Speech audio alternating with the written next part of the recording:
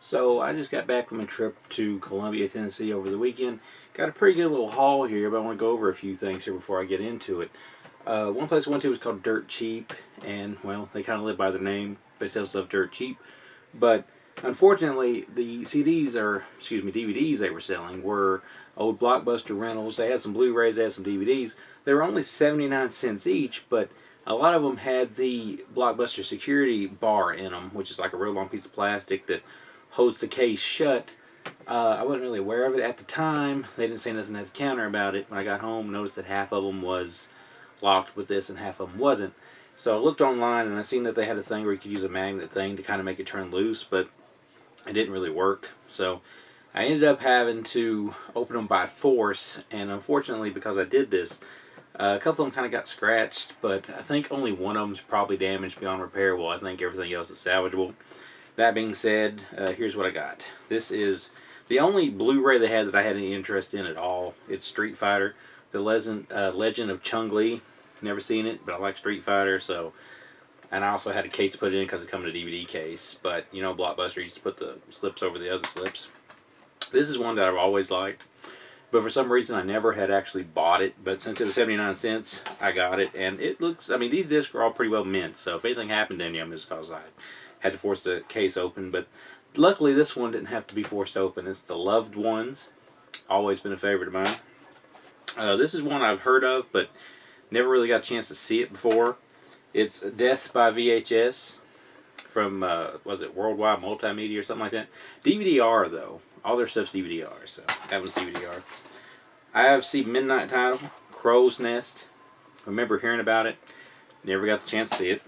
Now, this is the one that got pretty jammed up during the Force opening, so this one probably will not play because it is gashed. But Below Zero with Michael Berryman. You know, it's real cheap on eBay. I may just buy that if this looks like it's something I really want to see. But pretty bummed that happened. They do have multiple copies of these at Dirt Cheap. I don't know if all Dirt Cheaps have them, but this one did. Maybe I'll just go back and get another one. Skeleton Crew from Anchor Bay.